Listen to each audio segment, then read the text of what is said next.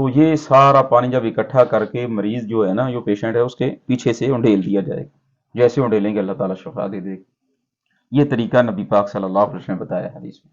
اچھا، یہ تو طریقہ ہو گیا کہ اگر کسی کو پتہ لگ گیا ہم۔ کہ مجھے فلاں شخص کی نظر بد لگی ہے، اب یہ لازمی تو نہیں ہے کہ کسی کو پتہ لگے کہ مجھے فلاں شخص کی ہی نظر بد لگی ہے، تو تو اس صورت کا بھی جو ہے تھوڑا واضح نبی فرمائیے گا۔ پاک صلی اللہ علیہ وسلم نے یہ بات بیان فرمائی ہے کہ اگر اکثر ہوتا بھی یہ ہے، ہمارے یہاں کسی کی نظر لگ بھی جائے، ہم کسی کو کہہ نہیں سکتے، وہ لڑائی کرے گا ہمارے ساتھ، بالکل وہ گلے پڑے گا۔ بالکل تو کوئی بھی نمازی آدمی ہے نا، آپ اس آدمی سے کہہ دیں یار مجھے وضو کر کے دیں، اور نبی پاک صلی اللہ علیہ وسلم نے فرمایا جب کسی کو کہا جائے کہ آپ وضو کر دو تو پھر وہ آدمی انکار نہ کرے، فوراً وضو کر دے اس کو۔ تو اس سے تو واضح ہوا کہ جس طرح آپ نے فرمایا کہ اگر ہم کسی سے کہیں تو وہ لڑائی جھگڑے کو دعوت دینے والی بات ہے، تو یہ کیا ہم اپنے کسی فیملی ممبر کو، گھر کے کسی فرد کو بھی کہہ سکتے ہیں کہ آپ ہمیں جو ہے وہ پانی دیں تاکہ ہم اس سے وضو کریں، یا وہ وضو کر کے ہمیں دیں ہم اس سے غسل کریں؟ تو کیا گھر کے کسی فرد سے بھی بالکل کہہ کہہ سکتے ہیں؟ سکتے ہیں، بالکل کہہ تو سکتے اس چیز کی نشانی کیا ہے کہ مجھے یا آپ کو کسی کو نظر بد لگ چکی ہے یا کسی پہ جادو ہو چکا ہے؟ ہیں۔ اچھا، یہ بات جو ہے نا، گھر کے اندر سے بعض دفعہ ایسے ہوتا ہے، بیماری ختم نہیں ہوتی۔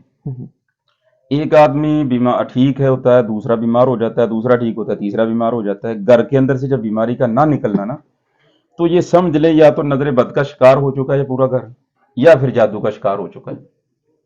صحیح۔ تو اس کے اندر جتنے بھی جو مریض ہوتے ہیں نا، میڈیسن کھاتے ہیں ٹھیک ہے، اگر چھوڑ دی پھر بیمار ہیں۔ ہم۔ جب تک ان کا یہ علاج کلیئر نہیں ہوگا تو اتنی دیر تک یہ بالکل کلیئر نہیں ہوں گے، صاف نہیں ہوں گے۔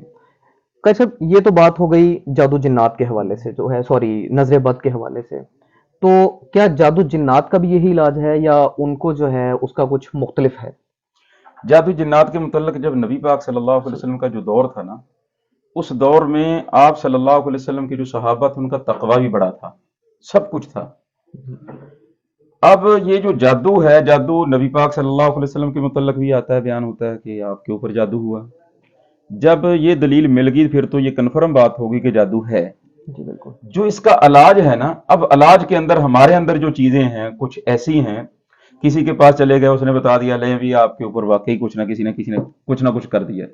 جس کے پاس بھی جائیں گے وہ جواب نہیں دے گا، اسے پتا ہے کوئی نہ کوئی ذہن لے کر آیا، بالکل۔ وہ آپ کو کچھ نہ کچھ ضرور بتائے گا، کچھ باتیں یاد کی ہوتی ہیں، آپ کے ساتھ یہ ہوتا ہے، آپ کے ساتھ یہ ہوتا ہے۔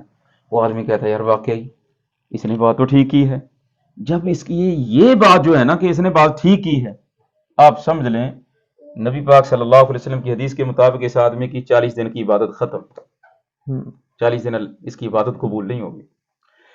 اب اس کا تعلق جتنا حقیقت کے ساتھ ہے نا، نبی پاک صلی اللہ علیہ وسلم نے بتایا ہے کہ معالج اور مریض یہ دونوں صدقہ کریں۔ بالکل۔ ہمارے یہاں رواج یہ ہے کہ جو مریض آتا ہے اسے تو کہتے ہیں کاڑا بکرا لاؤ بھیا، آپ کوئی نہ کوئی اور چیز لاؤ، بالکل۔ اس سے تو منگوا لیتے ہیں، خود نہیں کرتے۔ جب خود نہیں کرے گا تو اللہ تعالیٰ اس کو یہ سمجھ نہیں عطا کرے گا۔ بالکل۔ علاج مریض کا اس وقت ہوتا ہے جب معالج مریض کے ساتھ مخلص ہوگا، بالکل۔ مریض بھی صدقہ کرتا ہے تو معالج بھی صدقہ کرے، جب دونوں صدقہ کریں گے اللہ تعالیٰ اس کی بیماری کو ختم کر دے گا۔ سبحان اللہ، سبحان اللہ۔ یہ چیزیں جیسے آپ نے ابھی یہ بات کی ہے کہ یہ بہت کامن ہو چکی ہیں اس طرح کی چیزیں، اکثر آپ نے دیواروں پہ دیکھا ہوگا، بلکہ بہت سی جگہ پہ اگر آپ ٹرین پہ سفر کر رہے ہیں، بس پہ سفر کر رہے ہیں تو وہ اکثر لکھا ہوتا ہے وہ فلاں بنگالی بابا اور وہ فلانا بابا اور محبوب آپ کے قدموں میں جو ہے، تو اس کے بارے میں کیا ہے؟ لوگ بڑی جلدی جو ہے وہ اٹریکٹ ہوتے ہیں اس کی طرف، خاص کر ہمارے آج کل نوجوانوں کا تو بہت بڑا مسئلہ ہے نا۔ میں آپ کو یہ بات بتاؤں، آج تک مجھے تو ایسا کوئی نہیں ملا جو محبوب قدموں میں لا دے، میری جتنی زندگی گزری ہے۔ دوسری بات، یہ نوجوان جو ہوتے ہیں نا ان کے اندر جنون ہوتا ہے، یہ بھاگتے ہیں۔ ہوتا یہ ہے جب نوجوان اگر اس کے پاس کچھ مال ہے، کچھ نہ کچھ پیسہ ہے، اس آدمی کے پاس جائے گا نا تو وہ آدمی اس کے اوپر جادو کرے گا، یہ نہیں محبوب اس کا قدموں میں آ جائے گا، اس کے اوپر جادو کرے گا۔ یہ خود بیمار ہوگا، یہ خود اس کے دل کے اندر ایک لگن ہوگی کہ میں بھاگوں پھر اسی کے پاس۔ صحیح۔ اب اس کی دکانداری کھل جاتی ہے، دکانداری کھلنے کی وجہ سے اس کے پاس سارا کچھ، وہ لوٹتا ہے اس کو، اس کا ایمان بھی لوٹتا ہے، اس کا مال بھی لوٹتا ہے۔ بالکل۔ جب یہی بات انسان کی اللہ کے ساتھ ہو جائے، رابطہ اللہ سے ہو جائے، لوگوں کی بجائے نا اللہ سے رابطہ ہو جائے، اللہ میں اس پریشانی میں ہوں، جو تو بہتر جانتا ہے وہ ہمارے لیے کر دے بالکل تو بالکل. پھر آسانی ہو جاتی ہے. مطلب آپ کے کہنے سے مراد یہ بھی ہے کہ ہمیں اس طرح کے لوگوں کے پاس جانے سے اوائڈ کرنا چاہیے کہ بہت زیادہ بچنا چاہیے اس کے. بعض اوقات جو ہے وہ محبوب قدموں میں لاتے لاتے گلے خود بھی چلے پڑ جاتے سکتا ہے جو ہے. خود چلے جاتے ہیں قدموں میں. ایسا بالکل معاملہ بالکل بن جاتا ہے. بالکل. اچھا ہاں. کر صاحب جو ہے ظاہری بات ہے ہمیں جو ہے اس طرح کے معاملات میں بہت سوچ بچار سے کام لینا چاہیے اور یہ جعلی جو اس طرح کے لوگ ہیں جعلی عامل بیٹھے ہیں وہ ان سے بچنا چاہیے. اب ایک ہے ذہنی مسئلہ ذہنی پرابلم جو بیماری ہے نہ کسی کو جادو ہے نہ جنات کا اثر ہے نہ نظر بد ہے اس کو ہے ذہنی مسئلہ. تو کیا اس صورت میں جو ہے آپ یا کوئی بھی جو مستند جو عالم ہیں جو معالج ہیں کیا اس چیز کو پریفرنس دیتے ہیں کہ وہ میڈیکل سائنسز کا بھی علاج کروائیں میڈیکلی علاج بھی کروائیں؟ جیسے دیکھیں اس میں نا علاج دونوں چلتے ہیں. دونوں علاج چلتے ہیں. یہ جو ذہن کا مرض ہوتا ہے نا حقیقت میں آپ کو بتاؤں یہ اصل میں یہ جناتی مرض ہے شیطانی مرض ہے.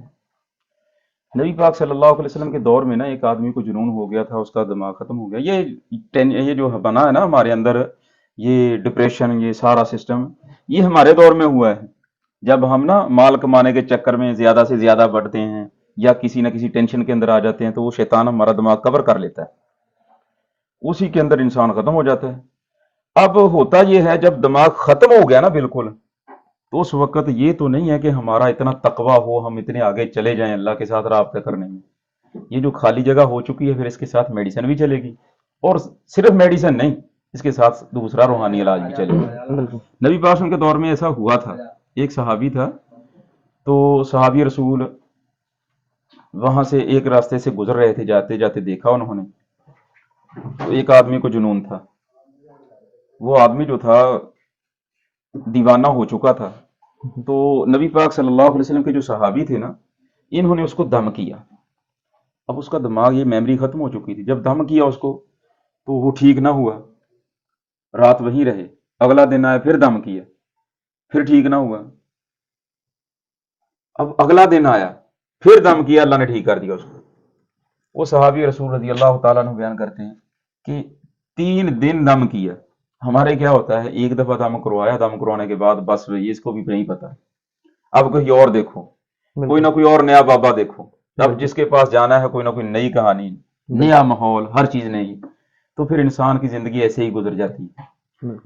جو بیماری ہوتی ہے اس کا علاج اللہ تعالیٰ نے کچھ چیزیں ایسی بھی ہیں ہم نے محدود کر دیا ہے. اللہ تعالیٰ نے بتایا ہے نا قرآن مجید ہر بیماری کی شفا ہے. ہم نے اگر تو جادو جنات کا ہے پھر تو ٹھیک ہے بھی دم کروا لو یا ڈاکٹروں نے جواب دے دیا پھر کوئی نہ کوئی دم جھاڑے والا ڈھونڈ لو. بالکل جبکہ قرآن مجید ہر بیماری کی شفا ہے.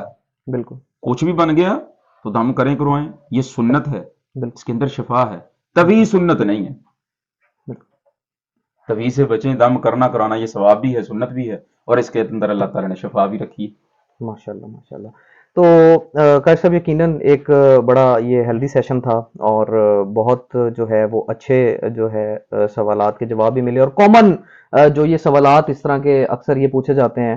ایک آخری سوال جو ہے جو میں اپنے ہر پوڈ کاسٹ کا حصہ بناتا ہوتا ہوں اور ہر اپنے آنے والے گیسٹ سے جو ہے اس چیز کے بارے میں پوچھتا ہوں کہ نوجوانوں کے بارے میں جو ہے آپ نوجوانوں کو کیا میسج دینا چاہیں گے.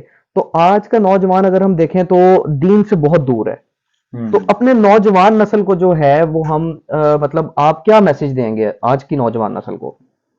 دیکھیں نبی پاک صلی اللہ علیہ وسلم نے جو بات بتائی ہے نا جوانی کی جو عبادت ہے وہ پیغمبروں کا شیوا ہے.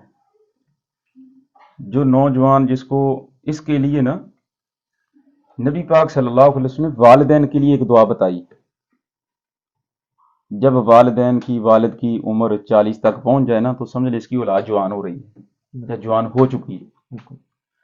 اب اس کے لیے بتایا کہ آدمی یہ دعا پڑھے تاکہ اس کے نوجوان جو بچے ہیں نا وہ سیدھے راستے پہ رہیں. ہم نے وہ دعا نہیں دیکھی یہ دیکھا ہے بس اس جوان کی تربیت کرنی ہے یہ بگڑ چکا ہے جو اللہ سے رابطہ کرنا تھا وہ نہیں. اب اس کی تربیت کے لیے کوئی نہ کوئی بابا ڈھونڈتے ہیں کسی نہ کسی تعویذ لاتے ہیں کسی نہ کسی کو وہ لکھائی کر کے وہ پانی پلاتے ہیں. ادھر چل پڑے. نوجوان جو ہیں نوجوانوں کے لیے یہی ہے کہ ادھر ادھر بھاگنے کی بجائے نا سب سے بڑا ولی جو ہے اللہ تعالیٰ نے اس کے گھر میں ماں کی شکل میں دیا ہے، باپ کی شکل بے میں دیا ہے۔ شک بے شک اگر نوجوان ماں باپ کی خدمت کر لیں تو ان کی اللہ تعالیٰ ویسے ہی جو دل کی آرزو ہے ویسے ہی پوری کر دیتا ہے۔ بے شک بے شک جب یہ دور نکلیں گے تو پھر سمجھ لیں نبی پاک صلی اللہ علیہ وسلم کی حدیث کے مطابق اللہ تعالیٰ پھر ناراض ہو جاتا ہے۔ جب ناراض ہوگا پھر جتنے مرضی دروازے ڈھونڈ لیں پھر بات طے نہیں ہوتی۔ بالکل ایسے ہی ایسے ہی۔ بہت شکریہ قاری صاحب۔ یقیناً ہمارے دیکھنے والے جو لوگ ہیں ان کے لیے جو ہے اس میں بہت مفید چیزیں سامنے آئی ہوں گی۔ اور ایک آخری چیز جو میں آپ سے پوچھنا چاہوں گا قاری صاحب کہ اگر کوئی شخص جو ہے وہ آپ سے ملنا چاہے روحانی علاج کے سلسلے میں اور آپ سے ملاقات کرنا چاہے تو آپ سے ملاقات کا طریقہ کار کیا ہے؟ میں نا کچھ دن بیٹھتا ہوں ادھر رحیم یار خاں میں، جی تقریباً 1 ماہ بعد میرا جمعہ ہوتا ہے یہاں، جی بالکل۔ تو پھر میں 5-6 دن ادھر بیٹھتا ہوں۔ رحیم خان کس جگہ پہ جو ہے یہ آپ کا؟ یہ مسجد مبارک ہے کانجو مارکیٹ کے اندر، جی بالکل صحیح مسجد مبارک۔ صحیح۔